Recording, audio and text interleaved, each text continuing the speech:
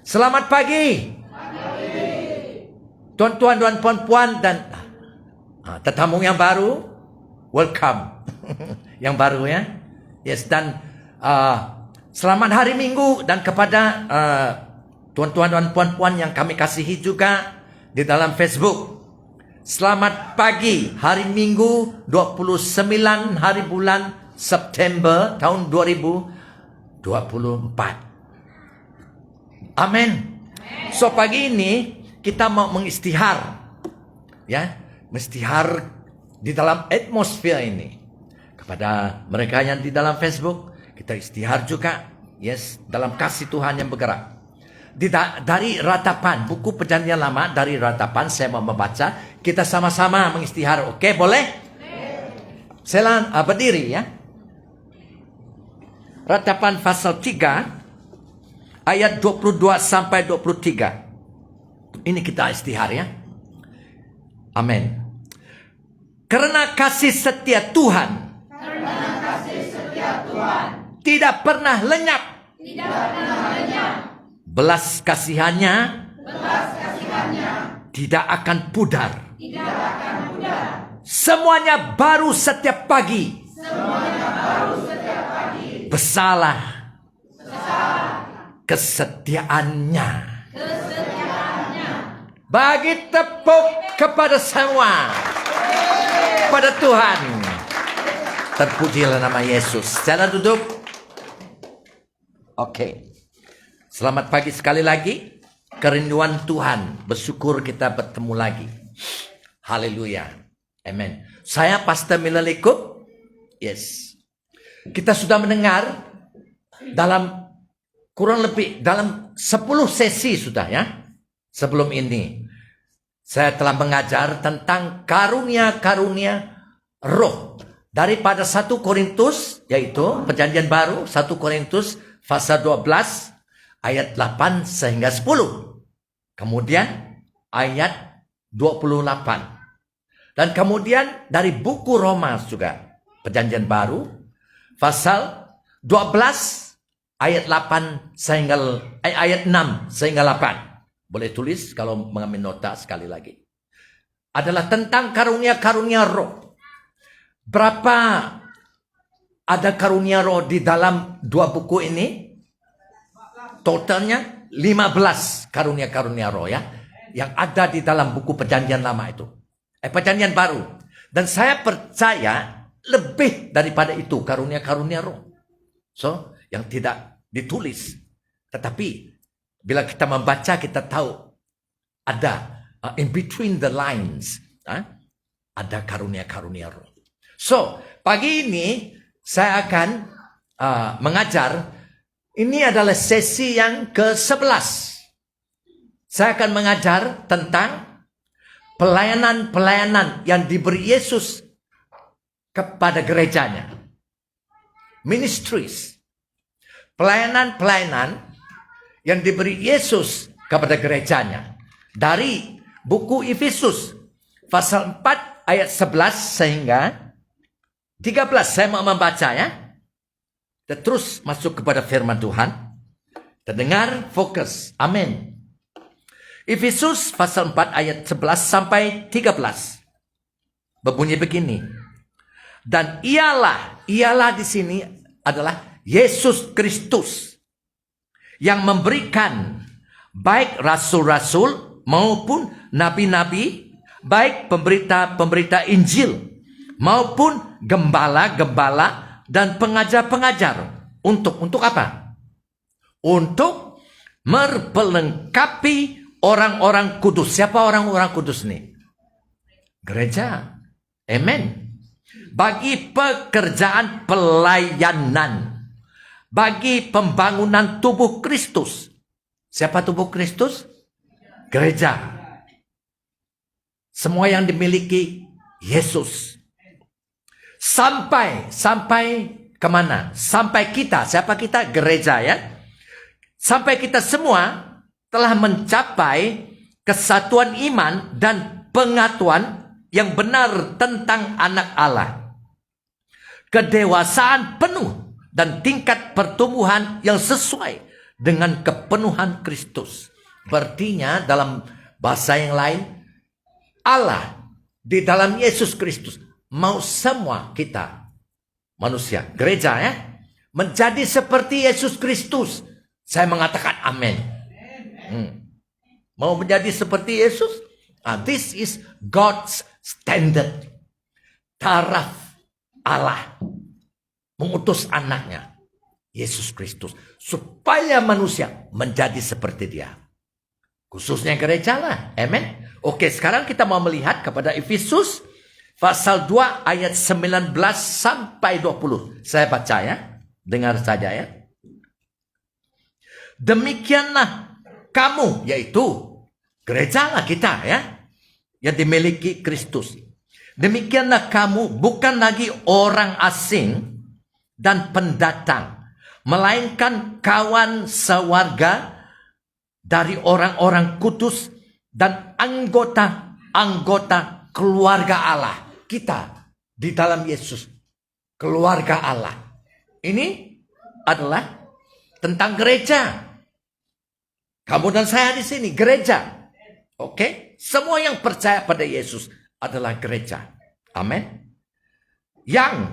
Gereja yang dibangun di atas dasar foundation. Rumah itu kalau tidak ada dasar, runtuh. Harus ada dasar. The house, any building should have foundations. Oke. Jadi, yang dibangun di atas dasar para rasul. Ada dengar? Oke. Tadi ada para rasul dan nabi tadi ya. Dan para nabi dengan Kristus Yesus sebagai batu penjuru. Batu penjuru adalah the chief cornerstone. Berartinya chief foundation. Berartinya di atas dasar yang paling penting Yesus Kristus adalah dasar rasul-rasul dan nabi. Oke. Jadi di dalam Efesus pasal 2 ini ya, yang baru saya baca, ini adalah rasul-rasul dan nabi asal, the original apostles and prophets. Di dalam buku Alkitab inilah ya, yang dilantik oleh Yesus Kristus dalam Alkitab itu, yang menerima wahyu-wahyu dan mereka menulis menjadi firman Tuhan. Ingat, yang di dalam Efesus pasal 2 adalah nabi-nabi dan rasul-rasul asal. Amin. Dan rasul-rasul asal dan nabi-nabi asal ini di dalam Efesus pasal 2 itu tadi adalah lain, different, lain dari rasul-rasul dan nabi-nabi di dalam buku Efesus pasal 4 ayat 11 tadi. Kita membaca dalam buku Efesus pasal 4 ayat 11 tadi. Sudah kita bacakan? Belum? Oke, saya membaca sekarang ya. Efesus pasal 4 ayat 11 sampai 13. Oke. Dan ialah memberi. Siapa memberi? Yesus. Baik rasul-rasul maupun nabi-nabi. Baik pemberita-pemberita Injil maupun gembala-gembala dan pengajar-pengajar. Untuk mempelengkapi orang-orang yang kudus bagi pekerjaan pelayanan. Bagi pembangunan tubuh Kristus. Sampai kita semua telah mencapai kesatuan iman dan pengetahuan yang benar tentang anak Allah. Kedewasaan penuh dan tingkat pertumbuhan yang sesuai dengan kepenuhan Kristus. Sudah saya baca tadi kan? Ada orang mengatakan belum. So, sudah saya baca. Oke. Jadi, di dalam Efesus pasal 2 tadi, rasul-rasul dan nabi di sana adalah lain daripada rasul-rasul dan nabi dan apalagi pemberita-pemberitaan Injil dan lagi gembala-gembala dan pengajar. yang di dalam Efesus pasal 4 ayat 11. Apa bezanya? Oke. Di dalam Efesus pasal 2 tadi, rasul-rasul dan nabi-nabi itu adalah rasul-rasul, nabi-nabi asal yang dilantik oleh Yesus Kristus di dalam perjanjian baru, yang menulis Alkitab ini. Mereka yang menerima wahyu. Tetapi rasul-rasul dan nabi di dalam Efesus pasal 4 itu adalah lain, beza. So, sekarang kita mau mendengar, kita mau melihat apakah bezanya antara rasul-rasul yang asal itu. Dari rasul-rasul yang di dalam Efesus pasal 4. Di zaman kita sekarang. Nabi-nabi, pemberitaan Injil, gembala-gembala, dan pengajar. Ini bezanya. Oke. Rasul-rasul dan nabi-nabi asal yang di dalam Efesus pasal 4 itu tadi adalah mereka yang telah menerima wahyu-wahyu dari Tuhan dengan lengkap, komplit, dan ditulis di dalam Alkitab sebagai firman Tuhan. Ada mengerti?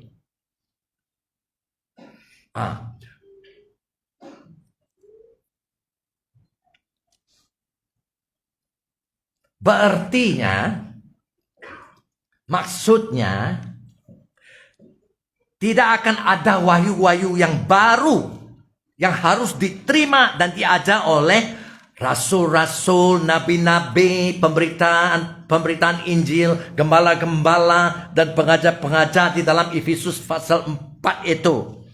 Di gereja, di zaman ini, tidak ada wahyu yang baru. Firman Tuhan di dalam perjanjian lama, buku ulangan, mengatakan, hukum Taurat itu, jangan tambah kepada apa yang sudah diberikan Tuhan. Jangan juga mengurang. Itu perjanjian lama, awal-awal.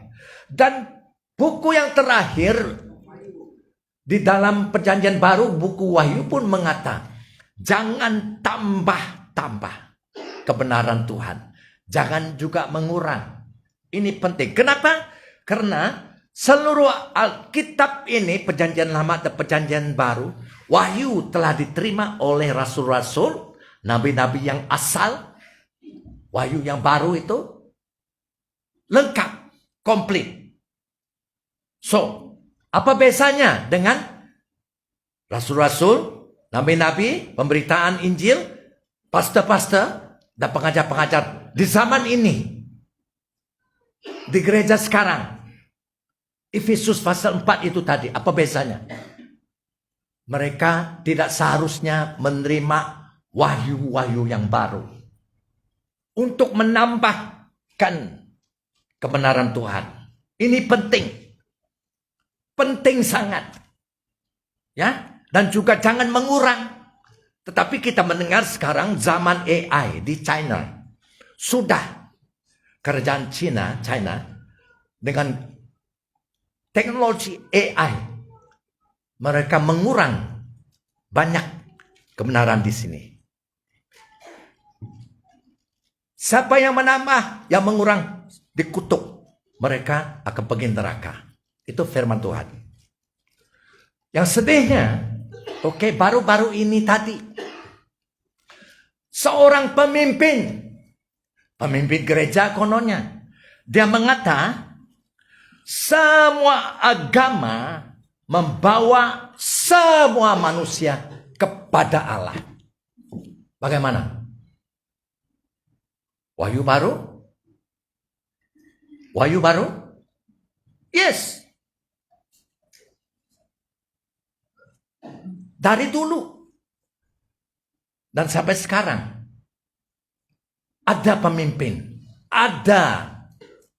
Kononnya rasul dan nabi mengatakan, semua manusia, Pak, semua agama, Pak, ya, adalah membawa semua manusia kepada Allah. Palsu, dusta. Kenapa? Karena Yohanes, buku Injil Yohanes Perjanjian Baru, pasal 14 ayat 6, Yesus sendiri yang mengata. Apa kata Yesus? Aku lah jalan. Aku kehidupan, kebenaran dan kehidupan, kata Yesus. Tidak ada seorang pun yang datang kepada Bapa. Siapa Bapa? Allah. Surga. Kalau tidak melalui aku. So, adakah semua agama membawa semua manusia kepada Allah? Rasul palsu itu. Penting untuk gereja, untuk Kristen, kalau kita mengatakan I am a Christian, do you know the truth? The Word of God. Nobody can profess to be a Christian without knowing the Word of God. Unless they are false. So, apa saja yang diberitakan oleh rasul-rasul, kan, nabi-nabi, kah, penginjil-penginjil, kah, pastor-pastor, kah, pengajar-pengajar, kah, di gereja, kah, di mana saja, kita harus merujuk kepada Alkitab. Kristen harus mengetahui Alkitab, firman Tuhan. Itu sebab ramai orang mengatakan dirinya Kristen tetapi tertipu. Karena tidak tahu kebenaran Tuhan. Pentingnya, so pagi ini saya mau menggalak. Rujuk, terus baca, belajar firman Tuhan. Ada amin? Yes. Puji Tuhan. Itu baik.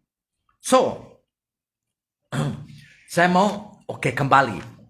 Kita kembali kepada Efesus pasal 11.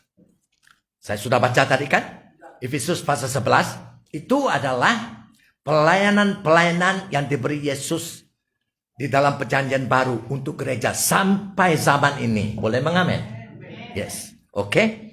So, tetapi kita mau melihat kepada juga perjanjian lama dan perjanjian baru, latar belakang rasul-rasul, nabi-nabi, pemberita Injil, gembala-gembala, pengajar-pengajar.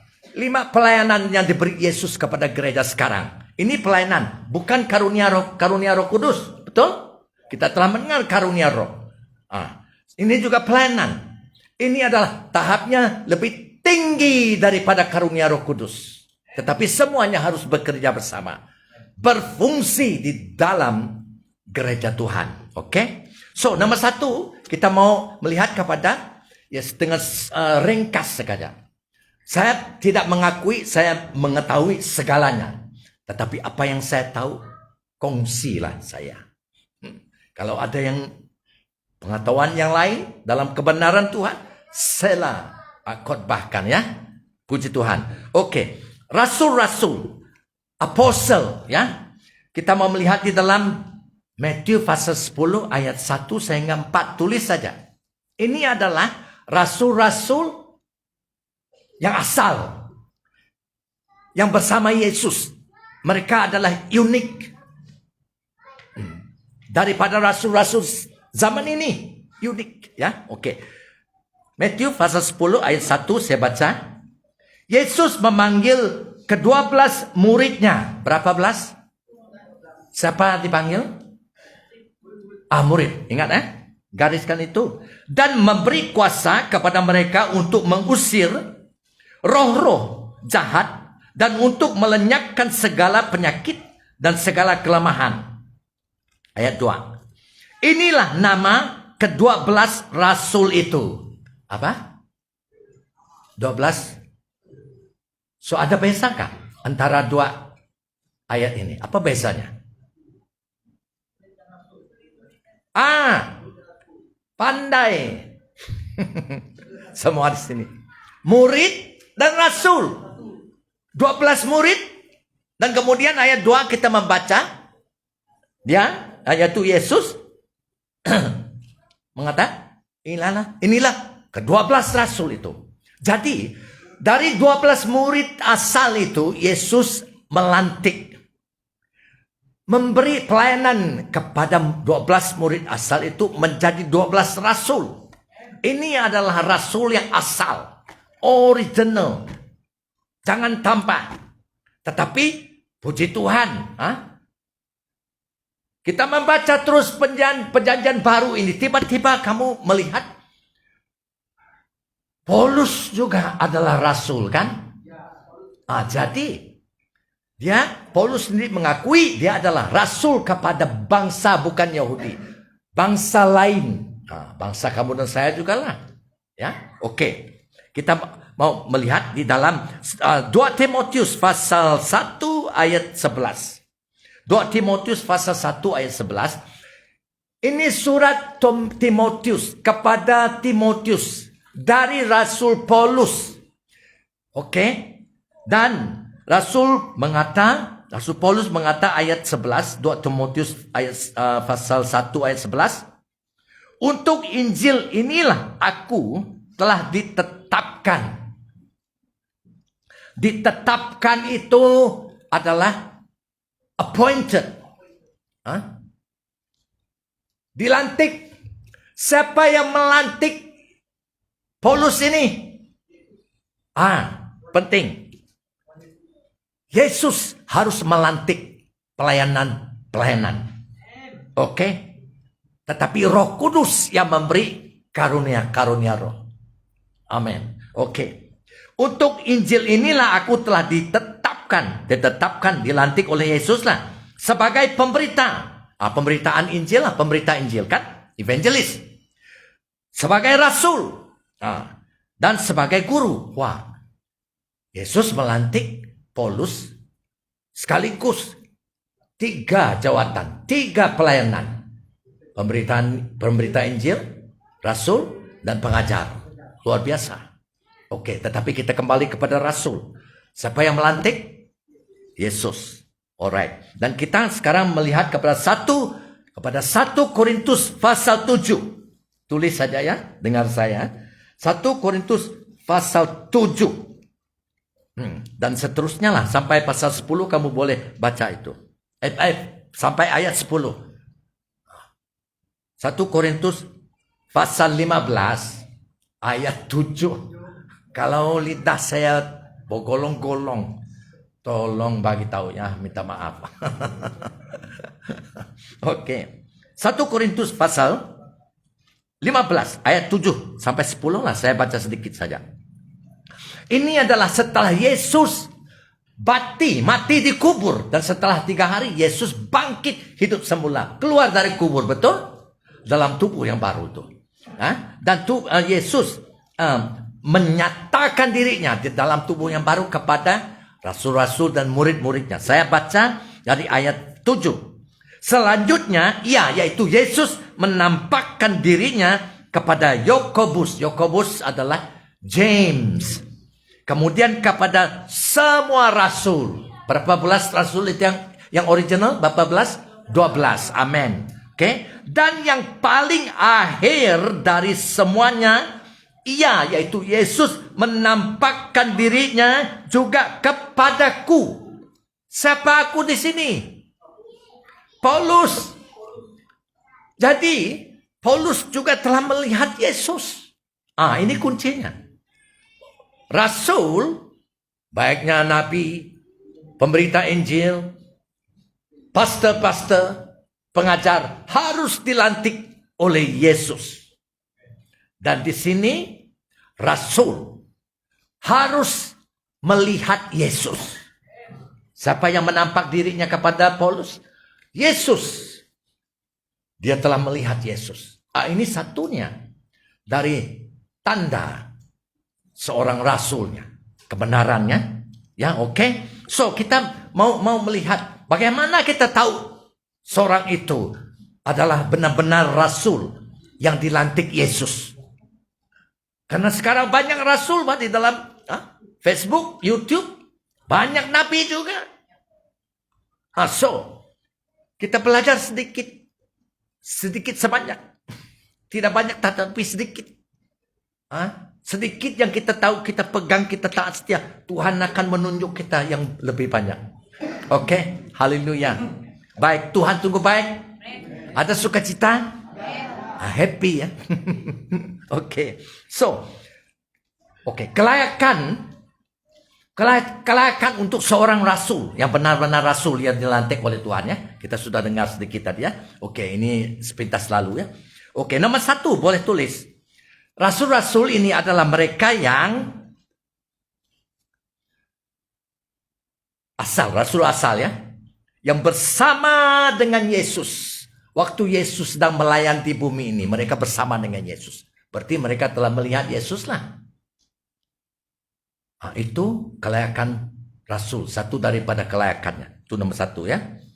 Dan nomor 2, apa lagi? Rasul-rasul adalah mereka yang dipanggil Yesus dan dilantik Yesus pribadi. Ya, bukan pastor yang melantik rasul, bukan pemimpin. Bukan gereja, no. Yesus sendiri pribadi melantik rasul-rasul. Dan mereka ini menjadi saksi dalam kebangkitannya dari mati. They are eyewitnesses of the resurrection of Jesus Christ. Ini rasul asal. Oke? So nomor 3, rasul-rasul juga menerima inspirasi, ilham ya, dari Roh Kudus ya, kebenaran Tuhan dari Roh Kudus, wahyu-wahyu dari Roh Kudus yang baru. Dari apa yang telah ditulis, yang genap. Perjanjian baru digenapi, perjanjian lama digenapi oleh Yesus menjadi perjanjian baru. Ini rasul juga dasarnya. Nabi-nabi juga dasarnya. Oke, mereka menerima inspirasi dari Roh Kudus, menerima wahyu-wahyu, dan juga mereka memberitakan Injil. So? Oke.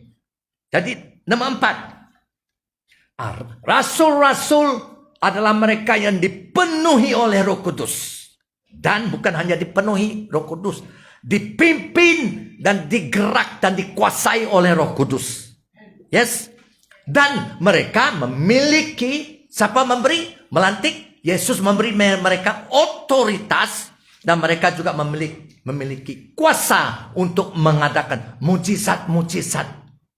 Power to do miracles.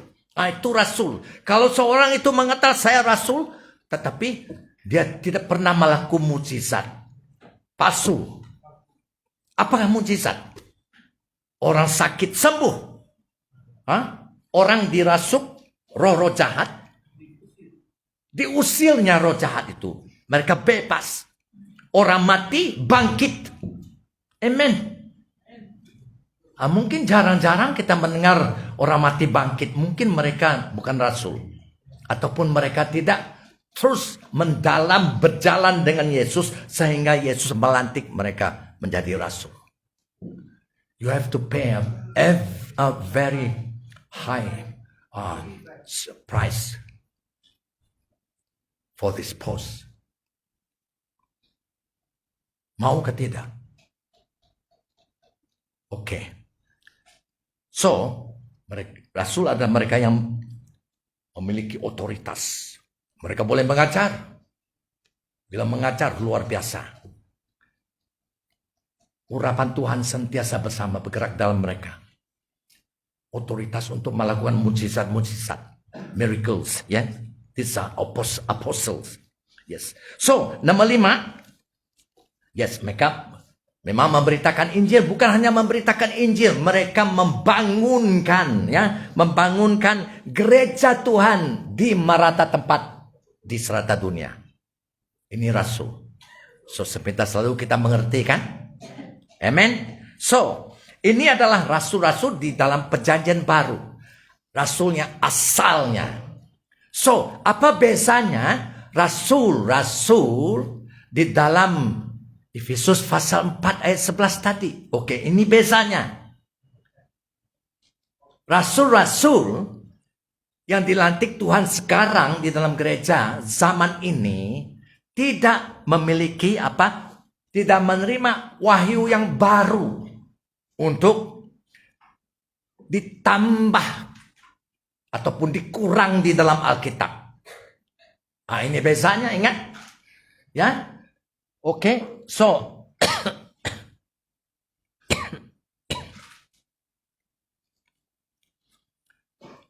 itu beza yang besar. Oke. So yang sama adalah ini. Rasul zaman sekarang. Nomor satu, harus dipanggil dan dilantik oleh Yesus Kristus secara pribadi. Mereka juga bertemu dengan Yesus. So don't ever memanggil dirimu rasul kalau kamu belum melihat Yesus.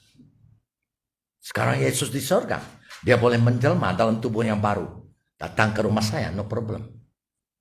Amen. So, nomor dua, rasul-rasul zaman sekarang juga harus dipenuhi oleh Roh Kudus, digerak oleh Roh Kudus, memiliki otoritas dan kuasa untuk melakukan mujizat-mujizat. Ada amin? Ini rasul. Oke, dan nomor tiga, mereka memberitakan Injil dan membangunkan di sana sini. Bila mereka memberitakan Injil, ada banyak orang datang bertobat dan percaya pada Yesus. Dan mereka, rasul-rasul ini membangun gereja di sini, gereja di sana, serata dunia. Amin. Oke, so itu rasul-rasul. Yang kedua di dalam Efesus pasal 4 itu adalah apa? Pelayanan apa?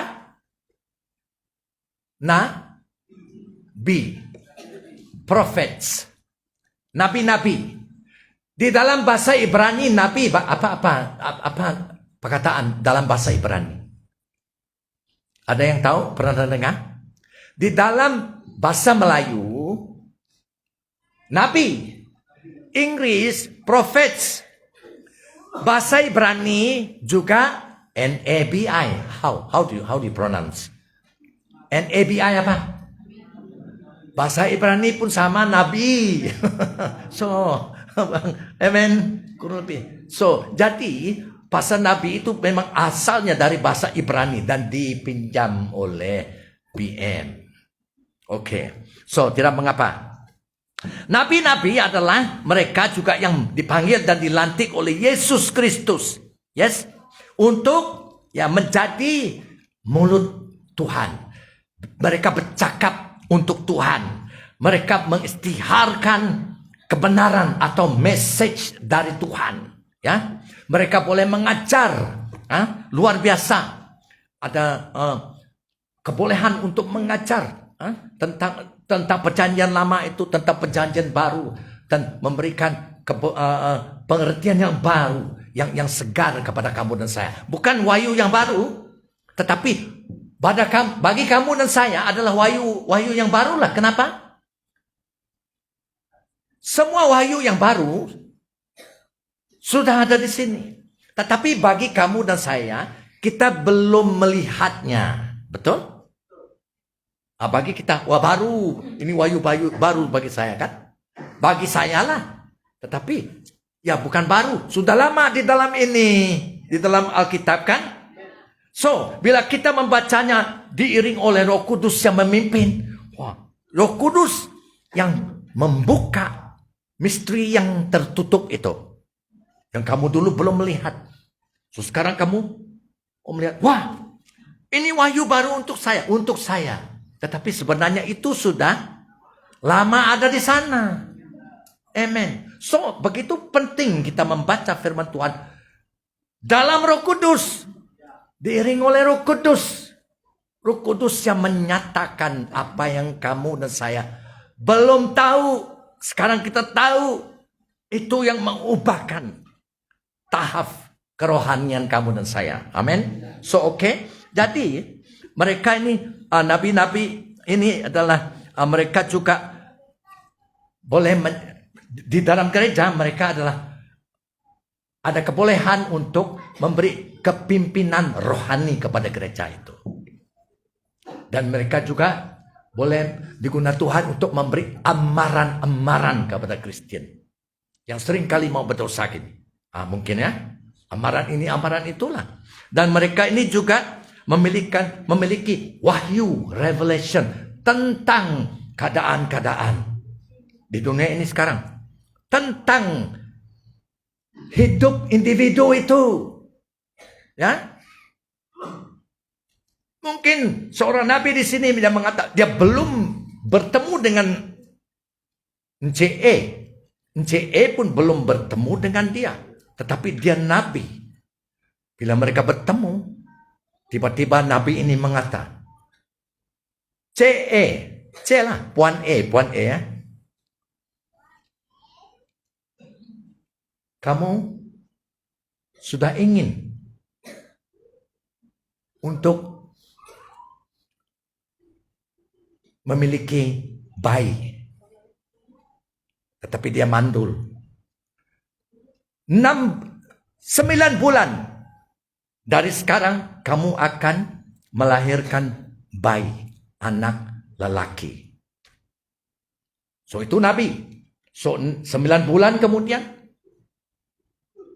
perempuan itu benar-benar melahirkan bayi, anak lelaki. Tepat sekali ya. Itu nabi. Tetapi kalau apa yang dia buat, dia katakan tidak berlaku, dia nabi palsu. Serius ramalan itu kan? Okay. Nabi-nabi di dalam perjanjian lama, nabi-nabi mereka mengisytiharkan peristiwa yang akan datang. Events of the future, okay? Peristiwa yang akan datang, yaitu mereka diberitahu tentang apa yang akan berlaku pada masa depan. Contohnya, nabi-nabi di dalam perjanjian lama, kalau kita baca ya, mereka bernubuat, mereka mengumumkan tentang kelahiran Yesus. Ada bacakan? Dan keselamatan yang datang dari Yesus. Oke. Dalam Yesaya, buku Yesaya ya. Pasal 7 ayat 14. Tulis saja ya. Ini adalah Nabi Yesaya. Dia mengatakan kepada Raja Ahaz. E-H-E-Z-B-I.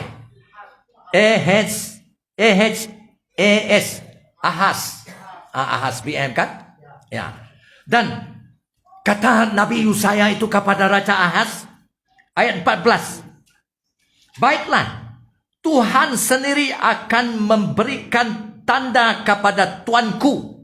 Seorang gadis akan mengandung, akan melahirkan seorang anak lelaki yang dinamakan Immanuel.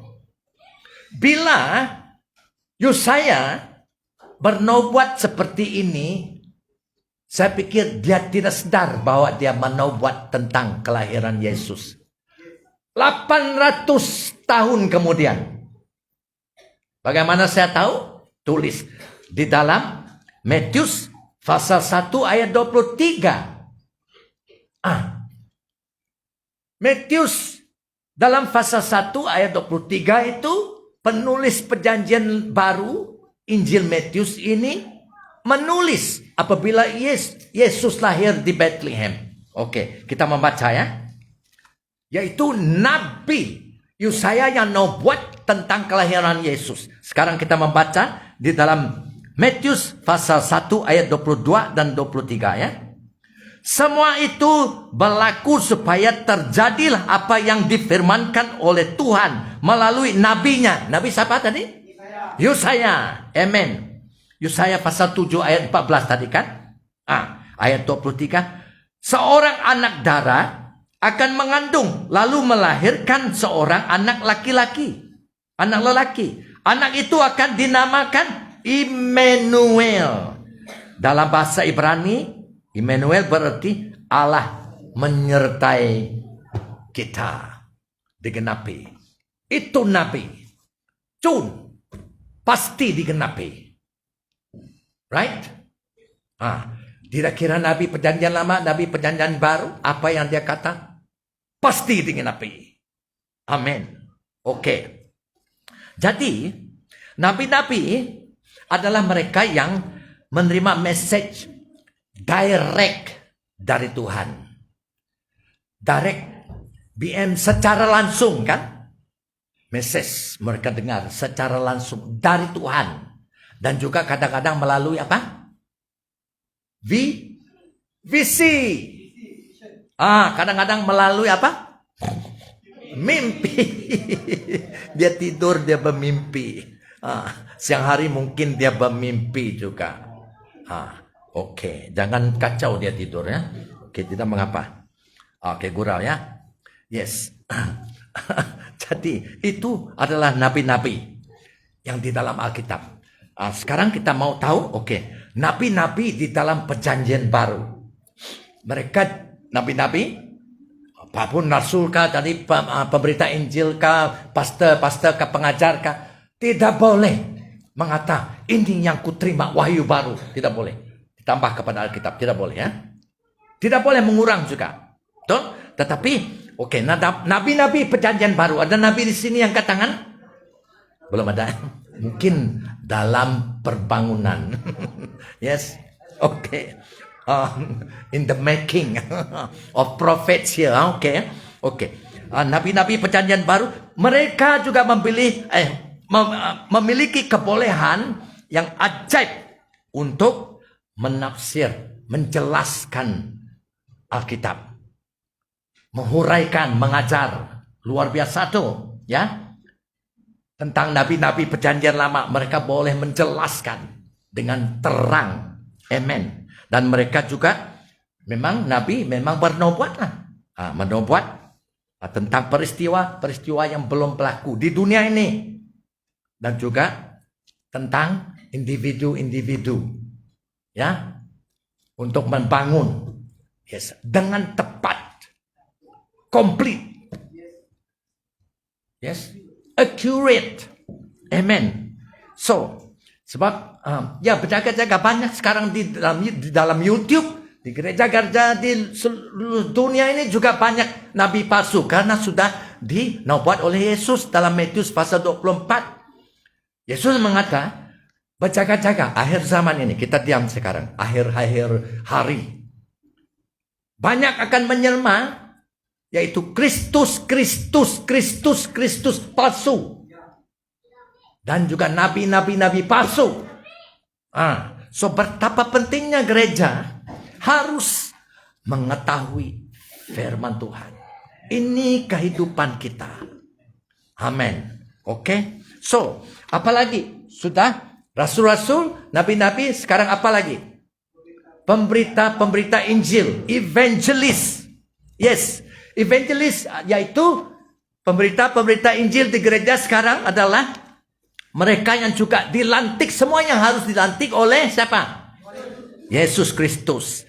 Dan bukan hanya dilantik, diberi bakat. Ini pemberita Injil ini diberi bakat untuk memberitakan Injil, memberitakan berita baik tentang siapa? Tentang Yesus Kristus. Bukan tentang gereja, bukan tentang pastor, bukan tentang apa? Bukan tentang Allah. Not about God. Because semua agama ada Allah kan? Tetapi berita baik, bakat diberi kepada penginjil-penginjil ini, pemberita Injil, untuk memberitakan tentang Yesus Kristus. Yes, yaitu memberitakan keselamatan bagi manusia-manusia yang berdosa. Selamat dari dosa. Tidak ada berdosa lagi. Sekarang orang surga, orang benar ya. Supaya mereka memberitakan message keselamatan bagi mereka yang belum pernah mendengar, belum bertobat, supaya mereka mendengar. Amin. Belum tahu orang yang kamu kongsi tentang Yesus benar mendengar. Adakah mereka benar mendengar? Mungkin mereka datang ke gereja tetapi tidak mendengar. Mendengar apa? Berita baik tentang Yesus Kristus. Apabila mereka mendengar, supaya mereka percaya tentang Yesus Kristus, tentang kebenaran Injil itu. Dan diselamat dari dosa lah. Selamat dari dosa. Hari ini, Mr. A bertobat percaya pada Yesus, minta ampun dari Yesus. Yesus mengampuni dia hari ini sepenuhnya. So, tadi orang berdosa dia. Sekarang dia orang siapa? Orang benar, orang kudus. It's a miracle. Haleluya. Tiada agama boleh melakukan itu. Namanya hanya Yesus Kristus. There is power in His name. Amen. Haleluya. Oke. So, di dalam perjanjian baru ada saya kenal seorang pemberita Injil di sana. Siapa namanya? Adakah? Ada beberapa orang, tetapi seorang yang saya kenal, nama dia Filipus. Philip the Evangelist. Filipus, boleh tulis Kisah Para Rasul pasal 21 ayat 8. Ya, tulis saja. Tak payah baca ya. Nanti baca. So, dalam 2 Timotius pasal 4 ayat 5, ini Rasul Paulus yang menulis lagi surat keduanya kepada Timotius. Siapa Timotius tadi? Gembala, pastor. Gembala yang muda seperti saya, tidak berapa muda. No problem. Okay. So Timotius ini gembala, pastor yang muda. So jadi Timotius, Rasul Paulus menulis kepada dia ayat 5. 2 Timotius pasal 4 ayat 5. Saya mau membaca di dalam bahasa Inggris. Nanti saya terjemahkan kepada bahasa Melayu ya. Oke, ayat 5. But you, yaitu Timotius. But you, Timotius, be watchful in all things. Berartinya, Timotius, berjaga-jagalah kamu di dalam segala hal, Timotius, dalam hidupmu. Okay? Endure afflictions. Berartinya, bertahanlah di dalam penderitaanmu. Orang yang mau hidup seperti Yesus akan dianiaya. Orang tidak suka. Betul? If you want to live a holy life, people don't like you. It's normal. Okay. Do the work of an evangelist. Fulfill your ministry. Berartinya, lakukan pekerjaan pemberitaan Injil. Tunaikanlah pelayananmu dalam hidupmu. So, ini kepada siapa? Pastor Timotius. So, saya mau mengingatkan pastor-pastor, termasuk saya lah. Kamu dikehendaki untuk memberitakan Injil juga. Do the work of an evangelist. Amin. Saya boleh mengatakan amin. Inilah yang saya lakukan di mana-mana saya pergi. Tiap pagi saya bangun. Roh Kudus, aku akan berjalan di dalammu. Iringkan aku juga kepada seorang siapa-siapa untuk memberitakan Injil. Amen. Hallelujah. The Lord send me to you, Mr. Chu. Dia mau tepuk tangan.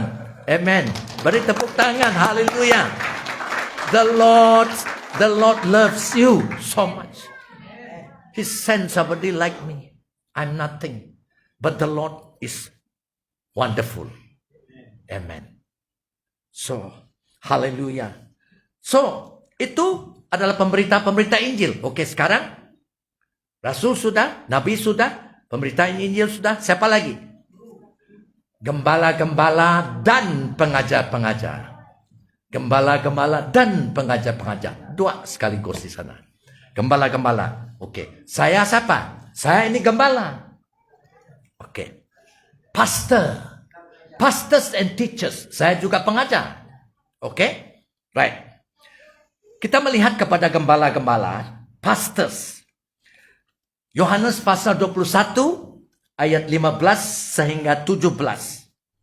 Ini adalah Yesus yang telah bangkit dari kubur.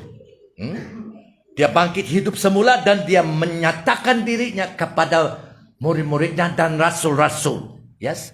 Di pantai Danau Tiberias. Nah, kurang lebih bunyinya ada bunyi oke ya. Tiberias itu Tasik Galilea lah. Oke, Yesus menyatakan dirinya kepada rasul-rasul di sana, murid-murid. Dan ayat 15 saya mau membaca ya. Sesudah sarapan pagi Yesus berkata kepada Simon Petrus, Peter ya. Simon, anak Yohanes, apakah engkau mengasihi aku lebih daripada mereka ini? Do you love me more than this apostle, the rest of them? Lebih daripada rasul-rasul yang lain itu? Jawab Petrus kepada Yesus, benar Tuhan, engkau tahu bahwa aku mengasihi engkau. Kata Yesus kepadanya, gembalakanlah domba-dombaku. Dalam bahasa asal, gembalakan domba-dombaku adalah dalam BI, feed my lambs. Berartinya, beri makanlah domba-dombaku yang muda itu. Lambs, right? Not sheep. Lambs. Kristen yang baru lah. Oke, beri makan. Makan apa? Makan rumput? Makan rohani. Betul.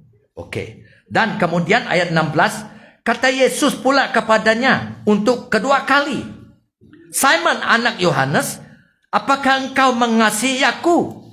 Jawab Petrus kepadanya, benar Tuhan, engkau tahu bahwa aku mengasihi engkau. Kata Yesus kepadanya, gembalakanlah domba-dombaku. Dalam asal, diterjemah kepada bahasa Inggris, tend or shepherd my sheep. Berartinya, take care. Berartinya, jagalah, peliharalah domba-dombaku. Tadi domba-domba yang muda, sekarang domba dewasa. Tidak kira Kristen yang baru, yang lama. Gembala harus beri makan yang baru, yang lama. Harus jagalah, peliharalah Kristen di gerejanya sekarang. Kita di sini, so gereja ada gembala. Saya sering kali mengatakan kepada Yesus, terima kasih Tuhan, engkau memilih aku sebagai your under shepherd. You are my good shepherd, my great and chief shepherd. Saya mendengar firman-Mu, melihat saya mau menyontohi kehidupan Yesus seboleh-bolehnya. Jangan salah paham. Kita belum sempurna kan? Tetapi Roh Kudus yang membangun kita. Karunia Roh bergerak untuk membangun kamu dan saya kan? Juga pelayan-pelayan ini. Roh Kudus ada. So kita tidak ada alasan untuk tidak membangun. Oke. Jadi, tend my sheep, jagalah. Peliharalah domba-dombaku. Pastor, pelihara. Beri makan. Jagalah Kristen yang di bawah jagaanmu. Jadi saya mengatakan kepada diri saya, this is my calling. Right? Dan lagi ayat 17 kata Yesus kepadanya untuk kali ketiga, Simon anak Yohanes, apakah engkau mengasihi aku?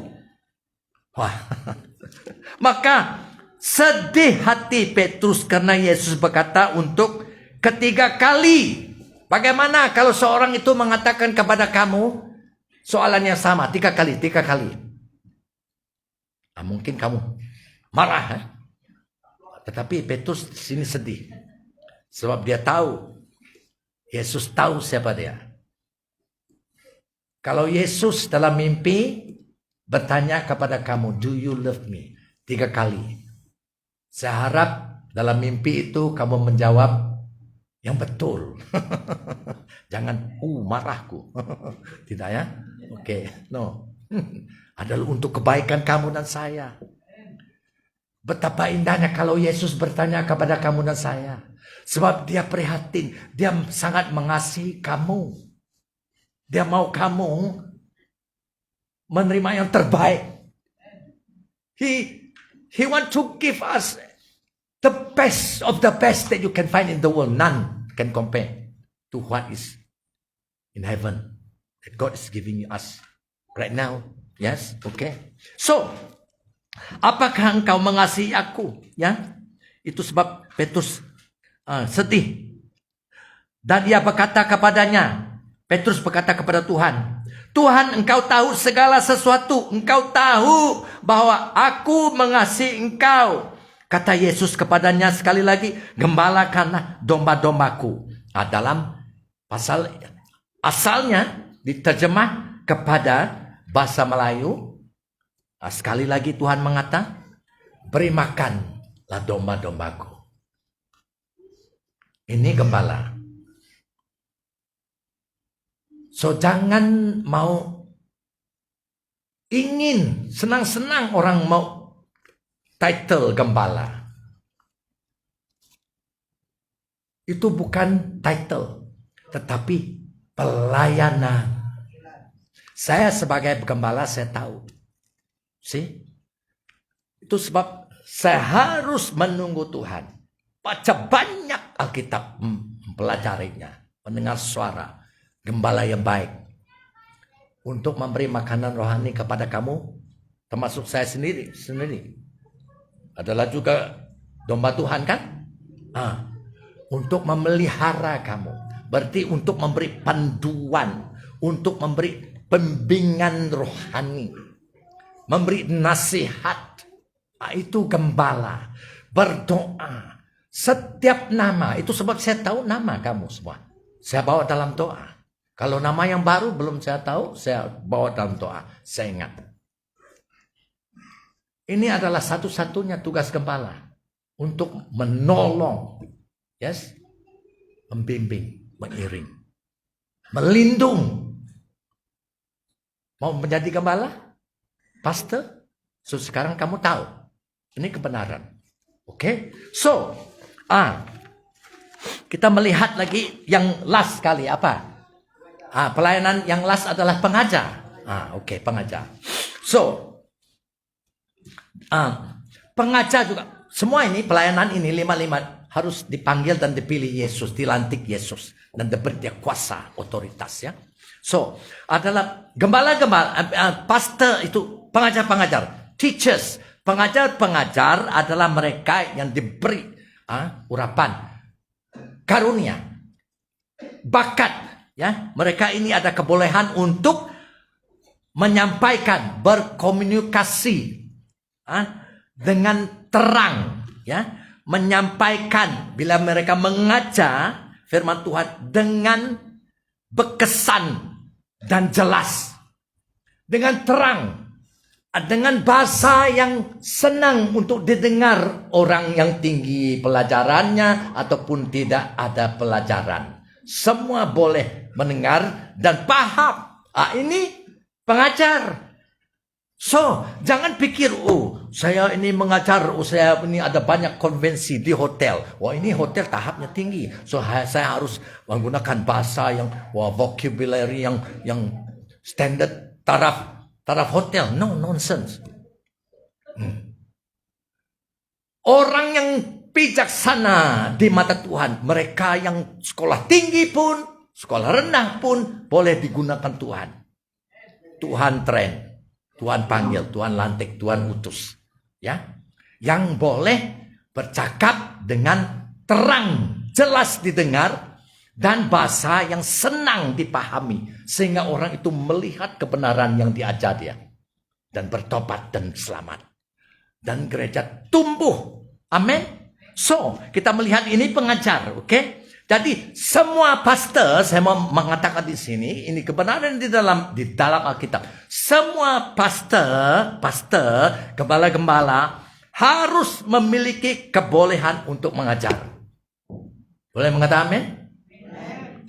So jangan mengatakan diri kamu pastor kalau kamu tidak pandai berkhotbah ataupun pandai mengajar tangan.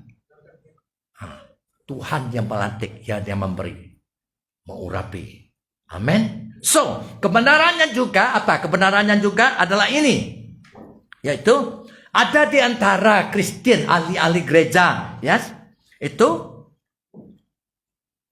mungkin hanya ada pelayanan pengajar. Untuk mengajarlah. Mengajar apa? Mengajar Alkitab. Tetapi tidak dipanggil menjadi pastor. Betul?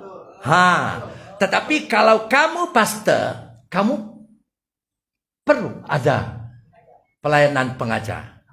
Bagaimana pastor tidak mengajar? Tidak berkhotbah. So, tetapi ada di antara kita di sini, mungkin kamu dilantik Yesus sebagai pengajar. Tetapi tidak semesti kamu pastor. So ini luar biasa.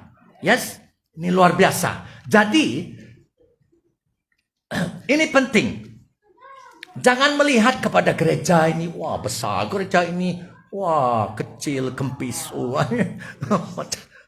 gereja. No, besar ke tidak besar. Tetapi pentingnya, gereja yang sehat adalah